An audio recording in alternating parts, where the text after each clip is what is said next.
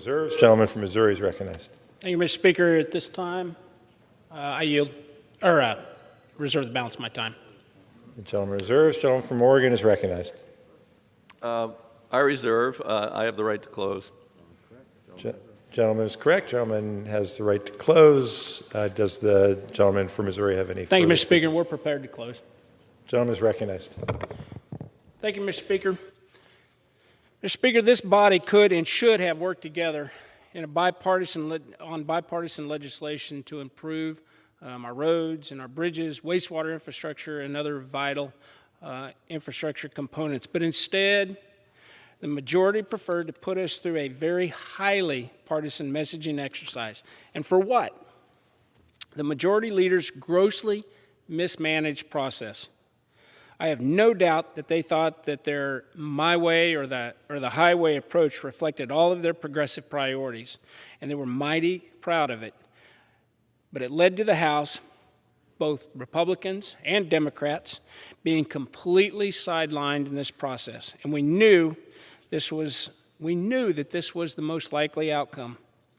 And I want to highlight two key points. The first one is that today's legislation is one of the largest infrastructure bills ever before the House. But because the Speaker's mismanagement of this entire process, the House failed to be taken seriously and failed to have any input into this bill. The second point is that this bill is a Trojan horse for reconciliation. We all know that. Voting for this bill is a vote for Speaker Pelosi's $3.5 trillion spending spree. And there was no way to separate the two. Even the Speaker acknowledges this, and many others as well. Lost among all of these poor decisions is the absolute necessity to address America's real infrastructure needs. I firmly believe that the work we do on the Transportation and Infrastructure Committee is critical to the economy and to the lives of all Americans. And if the House process was bipartisan from the very start, this conversation would have been much, much different. But here we are. Instead of zeroing in on real infrastructure, the majority is talking about spending trillions and trillions of dollars on everything that they can think of. And I have to ask, when does it end? And with that, Mr. Speaker, I yield back the balance of my time.